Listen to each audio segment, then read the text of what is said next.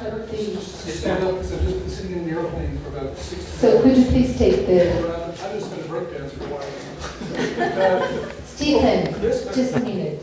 Can you pick the microphone? Can you hear me? I'll grab another microphone. Yes. Yes. Okay. And if you would prefer to stand? Just stand and speak. Okay. Well, I can sit down, but I didn't mean to make us be a production. Sit down. Yeah, sit down. It's more ordinary. We're just going to sit down. Okay. Well, first of all, I would like to say that it was easier on the airplane. Okay. First of all, I would like to say that I'm not going to read the paper that I said I was going to read. I'm going to read a different paper. And the reason for that is this.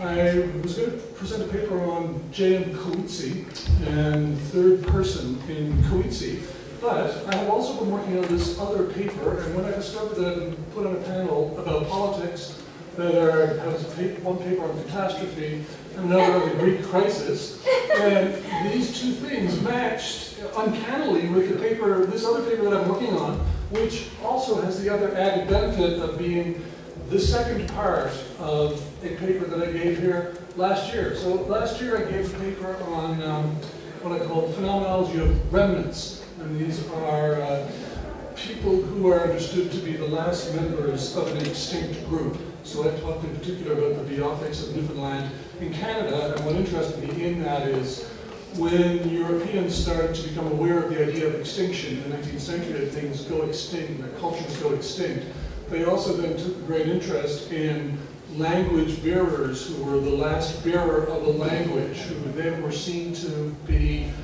revelatory of our relation to language in general. So going after the kind of phenomenology of extinction, for lack of a better term, I wanted to get at the idea of being in language and extinct populations or populations on the verge of extinction as being exemplary of that.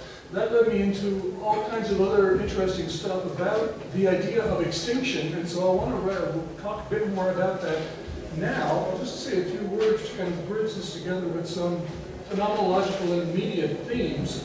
So, in general, I've been working on ideas about media that concern media not just as technical or information devices, but that describe media as kind of a milieu or an environment. And this is an idea that you find, for example, in Marshall McLuhan, the idea that media produce environments that then act upon us. Michel Serres also writes great things about media as producing an environment or producing a milieu or a medium. All those terms are also related to one another as well. So I'm interested in the idea of media as a kind of environment that we live within. And in that kind of general milieu of ideas, in this notion, first popularized by McLuhan, that we are used by the media that we create. McLuhan has this famous phrase that the user is used by the medium. So we actively develop forms of media, but then they act upon us and change us in different ways. So in McLuhan's formulation, for instance, that print, we create print in order to move us beyond the restricted capacities of speech. But then when we create print, it has all kinds of media-specific qualities. It has linear progression, it has a discrete kind of fragmentation, and so on. And then those things start to fill up our environment and change and transform us, so we become discrete, fragmented kinds of individuals. That sort of thing is what I'm interested in, or what I'm going after. So we create things that then act back upon us, that we're affected by our effects. There's no way when we think about this, and we think about media as a production of effects, of things that go out there in the world and do things for us, and then they come back and act upon us, so we're affected by our effects. So this is a complex kind of feedback that we create with our environment. Now, pursuing this line of thought, this becomes really interesting for thinking about the media as physical and natural environments, and our awareness of those as they start to change or transform or disappear, or now as we have a heightened concern about the media that we have created, Earth, nature, and so on, in this case, becoming extinct. So that's the kind of universe of ideas that I'm trying to operate within. In this paper here, I'm just trying to work out the philosophical significance of the idea of extinction, when it emerges in the work of Cuvier and others, and then how that's taken up and interpreted by Michel Serres later in the 20th century. Hopefully this will be interesting for you. At this time, I'll just show you one little picture there. Okay, so I would like to say some things about extinction as a kind of philosophical problem, or as a phenomenological problem of media.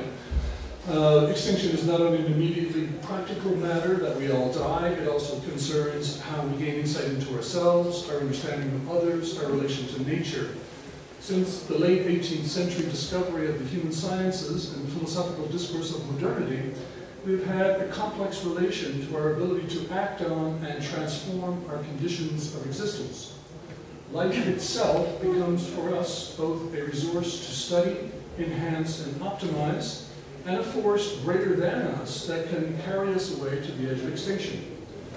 The paradoxical situation in which we now find ourselves is this. Just at the moment that we began to feel infinite in our capacities, that we can descend to the atomic level or land on asteroids, the condition of existence on which we depend become increasingly finite. So we become increasingly infinite, seemingly in our capacities, but the milieu or situation we depend upon seems to become increasingly finite. This involves a fundamental change in our relation to nature and our relation to ourselves. This change is readily apparent in the way now that we talk about the idea of an Anthropocene. If you consider for a moment how very different is the philosophical discourse on Anthropocene, a word that's on everyone's lips now, how different that is from an earlier idea of the age of man, which Anthropocene would roughly mean something like that. An earlier idea of the age of man, say the late 18th, mid to late 18th century, emphasizes our capacity to act, to do, to emancipate ourselves from our self-imposed bondage, as Kant put it. All of those sorts of themes are how the age of man is originally discussed. But now, the Anthropocene, if we consider that roughly as something like the age of man, is a very dystopic kind of idea. If you look for Google images of the Anthropocene, there are no happy ones. They're all very dark, everything's coming to an end, and so on.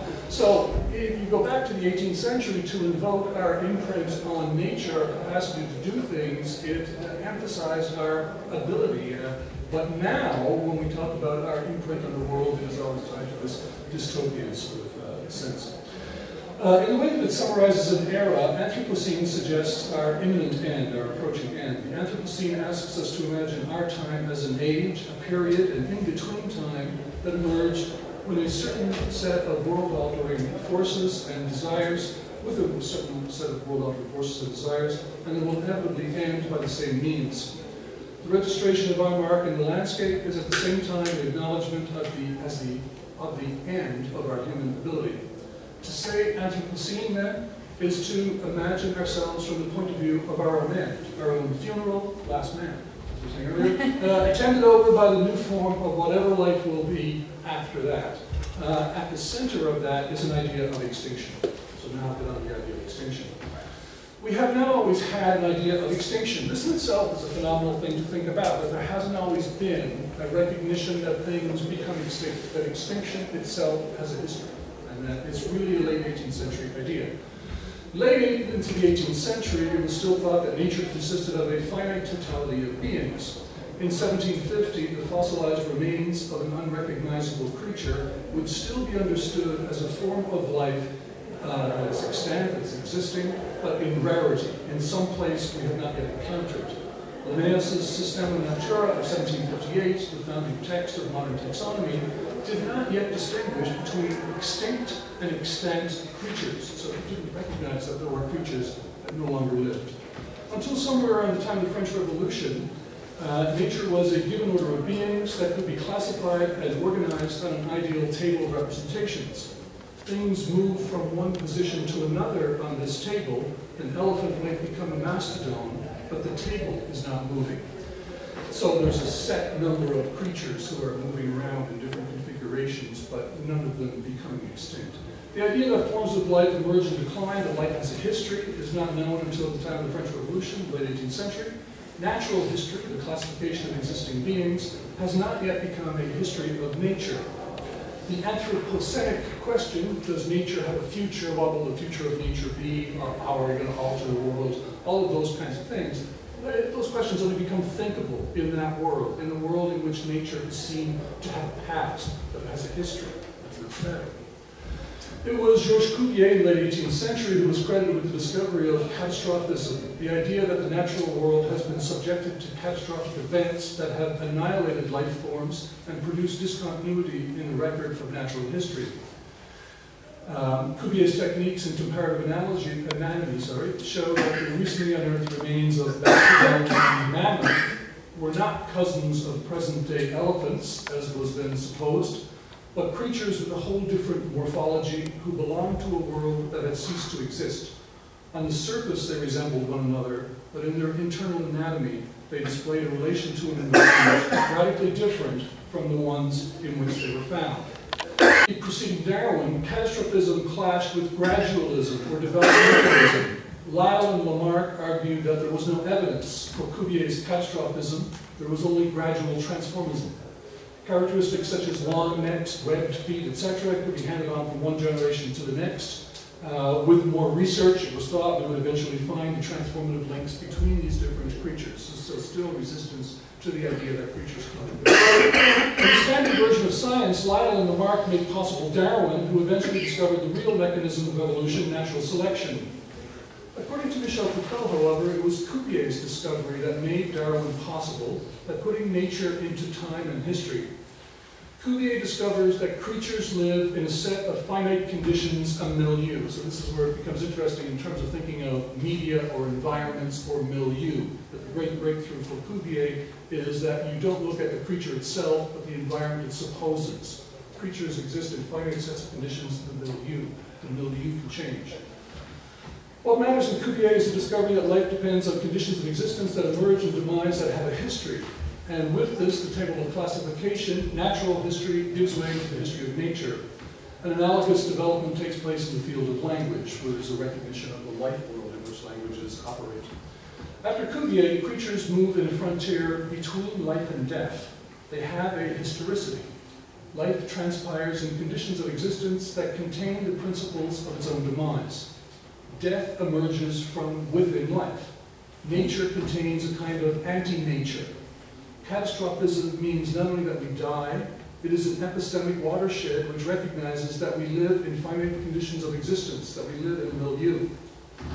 For Foucault, this matters because the discovery that we have finite, dense conditions of existence that optimize and decrease the forces of life and death eventually makes possible the desire to control these conditions, to manipulate our environment, and direct it to human ends. It is through these intensive efforts to alter the conditions of living and dying that we have made our anthropocenic mark on the world, and now, it seems, brought ourselves to the edge of extinction. How have we moved from the discovery of life to its annihilation? We are creatures whose conditions of existence become the objects of our intellectual and political life. With the scientific and industrial revolutions, the birth of psychology, statistics, administrative science, we have made our physical existence the object of deliberation in politics. Natural systems and human populations are studied, analyzed, administered, and optimized. Foucault describes this as the entry of life into history, in a passage that is well known from the history of sexuality, which I'll read now. For a long time, man remained what he was for Aristotle, a living animal with an additional capacity for politics. The molding and shaping of a good life, though, of bios, over and above the animal life, was something that we shared with others. This is Foucault's idea. I'm not reading his quote anymore now. Before the age of man, our animal life, our conditions of existence, are not the objects of politics, but are seen to be conditions that are imposed upon us that we can't do anything about, is Foucault's idea. But the Greeks still didn't think of animal life as something that was within the domain of the political. This is the decisive change that happens in modernity when that condition of existence starts to become something that we work on to change and alter in some way. This interest in the density of life itself and the optimization of the physical conditions of existence is what marks modernity.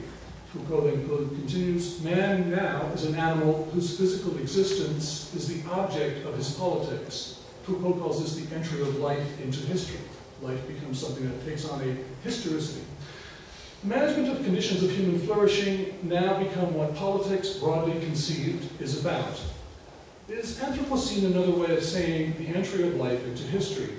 Does it mean the politicization of life? The alteration of life by humanity on the scale of geological forces, glaciers, fires, meteors. Our politicization of life has the capacity to alter life irreversibly and deep into the future. Marx, for example, writing in 1848, marvels at how in the course of 100 years, from the 18th to the mid-19th century, we have created, and I quote, the Communist Manifesto, more massive and more colossal productive forces than have all preceding generations together. Subjection of nature's forces to man, machinery, application of chemistry to industry and agriculture, steam navigation, railways, electric telegraphs, Marx has a way of going on, clearing of whole continents for cultivation, canalization of rivers, whole populations conjured out of the ground. What earlier century had even a presentiment that such productive forces slumbered in the lap of social labor? Since then, what will we add to Marx's list of 1848?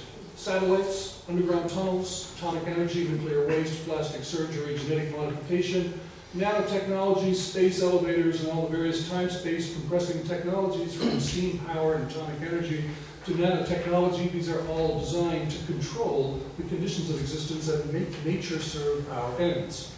Hannah Arendt thought that the launching of the first satellite in 1957 was an event no less significant than the splitting of the atom in the way that it showed the desire to extricate ourselves from the human condition, from our earthly imprisonment, and to alter the laws of physics in our favor. Michel Serres describes these movements of an earlier heavy industrial modernity as efforts to make nature depend on us. And this is the key phrase that I'd like to retain from that. So Serres says that in that first wave of modernization, the effort is to make natural systems depend upon us, so that what happens with them depends upon what we do, to harness its power and capacity and subject them to human ends. All the great waves of modernization that have marked the world have this quality. They make nature depend upon us. The Suez Canal, the diversion of the Colorado River, the Churchill Falls or James Bay projects in Canada, Terminator seeds that are not able to reproduce, square tomatoes made to grow in shippable form, fish farms, reproduction of species, whether we, in each case, whether we decide to extract resources from them or leave them alone is up to us. Whether we decide to burn fossil fuels and leave them in the ground, to make the Amazon rainforest a pasture, or alter the conditions of evolution in the natural world, all of that seemed in that wave of modernization to depend upon us, or the goal was to make it depend upon us. Somewhere around the middle of the 20th century, a short century after Marx's celebration of bourgeois progress, it became undeniably true that we are affected, acted upon by our affects. Our actions and forays into nature react back on the conditions of life. The hydrogen bomb gives us the capacity to annihilate all life forms and to extend the effects of our actions into an unimaginably deep future. The lesser pestilence of industrial pollution and carcinogens, the irreversible damage caused by ocean pollution, bottom dragging, clear cutting, are slower versions of the same kind of death. For a long time, it was convenient to imagine ourselves as subjects and nature as our objects, what is separate from us and what we act upon. The specter of bee colony collapse and its consequences for world agriculture, though, the collapse of northern cod and of world fisheries in general, expected to be at a third of the present form by 2050, the proliferation of disease, superbugs, these all provide so much evidence that we are now being affected by our affects. We have become the objects of our objects. This is actually a question that Michel Serres asked. He says, have we become the objects of our objects? Serres wonders whether since, Serres wonders whether since, as we are now the object, nature could be considered a subject. And he goes on to wonder whether it could have legal rights and standing before the law, but the same sort of reversal that when the subject, us, starts to be acted upon by its object, should we say that we are the object of that object? And if we are, would it make sense to describe that object as now becoming subject-like? Sayre draws an analogy with the stock market crash of 2008, so language catastrophe and stock market crash and the Greek crisis.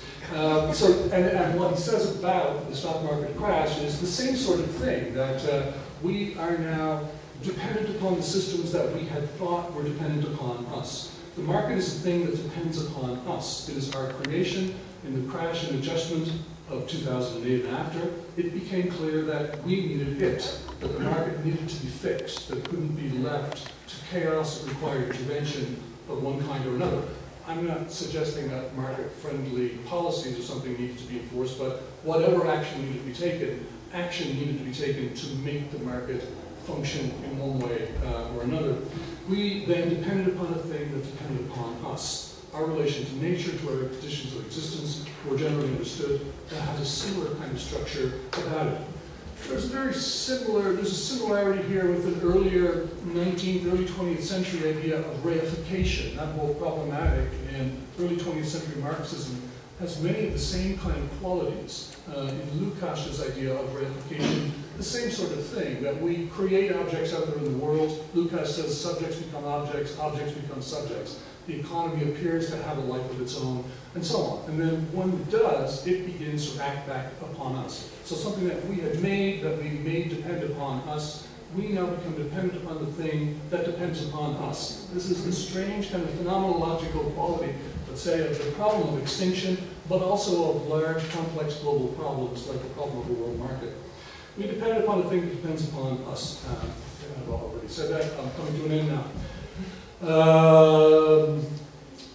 All right, so 2 minutes, okay. A few things to summarize from this. So one, there is no return to any earlier relationship to nature, either a nature that preceded our attempts to make it depend upon us, or a nature that was simply dependent upon us. We can't reverse the tide of what we have done in the situation and worldview that we have created. So those are some of the consequences of global crisis. The submission of nature to our ends now reaches back on us and produces an effect of globalism. One of the things that comes out of this, Sayre will say, and others, Ulrich Beck and others, thinkers of globalization, say many of the same things as well, that the consequences of this is to produce global scale kind of objects. Nature now works at a global level. Things that we do here, everyone knows this, the butterfly effect, create worldwide phenomena that act back upon us and transform us. The global economy has the same kind of qualities about it as well. So the natural systems or milieux that we have created have produced a kind of global object that now confronts us and requires action, and that produces in us the capacity then, hopefully, to act as global subjects. So global objects and global subjects are things that come out of that. I'll end with, I want to show you a powerful image that Michel Sayre has in one of his books called A Natural Contract. It's an image from Goya of two fighters. And it's,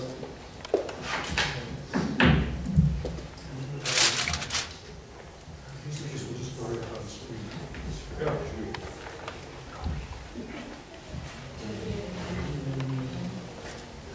It should go right on the screen now.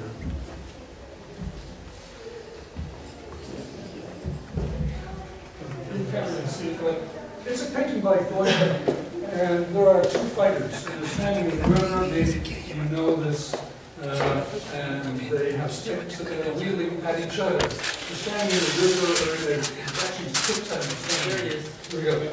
And so they're fighting with one another, and they understand the fight won't be about themselves, but each swing that they take with the club pushes them farther into the quicksand. So Sayre says the quicksand is this third player that's going on here that ultimately will surmount the battle that they have going on in this, the larger situation that's going on in the painting. And he says that this encompasses our relationship to nature now and the emerging threat of extinction. We want nature to be dependent upon us. Now we depend upon the thing that is dependent upon us. Each swing we take at each other further pushes us down into that quicksand.